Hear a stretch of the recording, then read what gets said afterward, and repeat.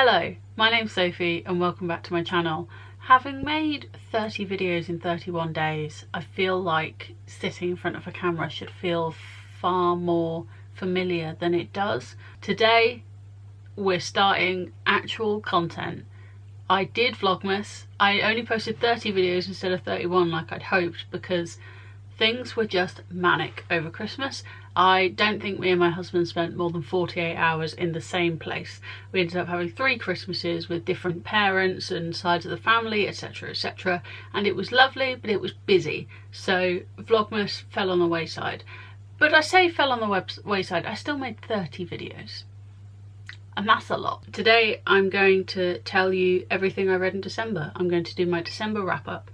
And I really thought I would read more in December, and I think if I hadn't done Vlogmas I probably would have, but I spent a large chunk of the month editing and making videos, so I didn't read as much. I did make it through 5 books. The first book I finished was Check and Mate by Ali Hazelwood, which is Ali Hazelwood's YA debut, though I would argue it's new adult rather than young adult, and it's about Mallory and Nolan, who are both high-ranking Nolan is a high-ranking world-class, no, actually I think he's the best in the world, highest ranked chess player, and Mallory is someone who used to play chess semi-professionally as a teenager. Then a big thing happened and she didn't play chess, and then she goes to play a charity tournament as a favour to her friend, and she beats the world champion Nolan, and then people start to know who she is. She gets invited to play on different teams. I'm not very good at summarising, but this was really easy to read. I did like the characters. It's not my favourite Ali Hazelwood book. I think I prefer her adult books, but I did enjoy this. It made me consider learning to play chess, and as someone who is absolutely not intelligent enough to play chess, I think that says a lot. I rated it 4 stars, thought it was really cute, had a nice time, lovely way to start the month. And once I'd finished reading Check and Mate, a new release popped through my door, and I read it immediately and finished it in an hour because it's a graphic novel and it's Heartstopper Volume 5 by Alice Oseman. Nick and Charlie are teenagers who are figuring out life, essentially. I think it's the best way to describe Heartstopper as a series. Charlie was outed at school, so everyone knows that he's gay, but he befriends Nick, and Nick starts to question what he thinks he knows about himself, and 5 volumes later they're in love and they're trying to figure out how to be humans, which I think is the best way to describe what being a teenager is like. You're just trying to figure out how to be a functioning human person, and many of us leave teenage years still not knowing how to do that. I absolutely adored this book. I rated it 5 stars. I love the art style, I love the topics that were addressed, I love the story that was told, and I love it so much that it makes me apprehensive of the next book coming out, because volume 6 is going to be the last volume of Heartstopper. And whilst I'm so happy for Alice Oseman that she's finishing this chapter of her life, of their lives, etc., I am so not worried but intrigued about how it's going to end. I loved volume 5. I am dubiously excited for volume 6, which doesn't have a release date or anything yet, but we know it's coming. The next book I finished was my one and only true Christmas read for the year, because I bought loads of Christmas books at the beginning of December thinking that I'd have a really super festive reading month, and I just didn't have time. But I did manage to read Window Shopping by Tessa Bailey. It's super skinny, so I thought it was a novella, but it was still 250 pages long, I think. It's super cheesy. It's the most Hallmark trashy rom-com book I've potentially ever read. It's so unbelievable, it's so ridiculous. They fall in love within about a week and a half. I just loved it. It was everything I wanted it to be. It wasn't pretending to be anything else, it wasn't trying to be pretentious, it was just an easy cheesy Christmas romance. So I rated it 4 stars. And it's also the first book I ever tabbed. I got some tabs in one of my Illumicrate boxes, and I thought I'd start using them. So that's an exciting development for me.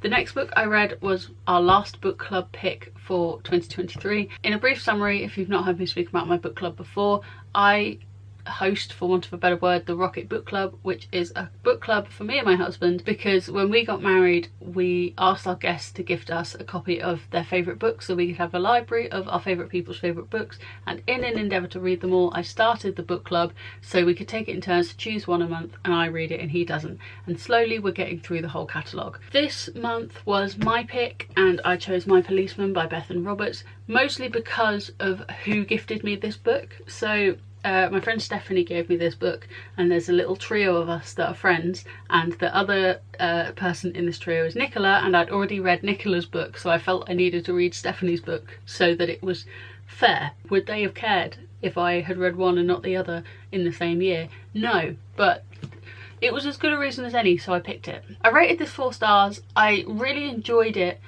in the way that I think this kind of borderlines on literary fiction, which is arguably a kind of genre of book that you're not meant to enjoy. The book that springs to mind is Yellowface, which I haven't read because I know the main character would annoy me too much and I wouldn't be able to enjoy the book at all. But the protagonist is designed to be someone that the reader doesn't like. So in a way, I think this kind of leans on that, where the characters, there are 3 main characters and they're all incredibly flawed, which is good from a characterization point of view because it makes them feel so real, but sometimes it can make you feel a bit like, I don't know if I'm having a good time anymore. And I definitely was. The ending, the more I think about it, the more clever and poignant I think it was. It was very open-ended, which I know some people may describe as feeling like it doesn't have an ending, or maybe it was a bit inconclusive, but actually I think it was everything that the characters needed. It was really sweet.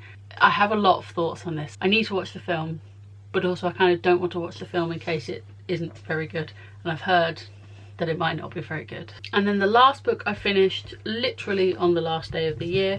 I may or may not have finished it at approximately 2 AM on the 1st of January, but I hadn't been to sleep yet, so in my brain that counts as the 31st of December. Don't tell me if you disagree because I'm not going to change it. I finished reading my Afterlight book for November. So this was a book that came in my Afterlight subscription box, and it's called Second Chances in Newport Stephen by TJ Alexander. It's an LGBT festive romance with a trans main character called Eli, and he reconnects with his high school boyfriend Nick, and it's been over 20 years since they broke up. Obviously they've both changed a lot, but it's essentially about them rekindling their friendship and starting to feel something more and exploring what that looks like in their new adult lives. I rated this one 3 stars. I thought it was fine. I think that was just the kind of whole vibe of it. Generally, if I rate a romance book 3 stars, it's because it was really easy to read but the plot and the characters didn't tug on my heartstrings, or because they kind of did a little bit but it just didn't quite hit, and that's what this one was. The characters were nice enough, they were fine, I wasn't obsessed with them.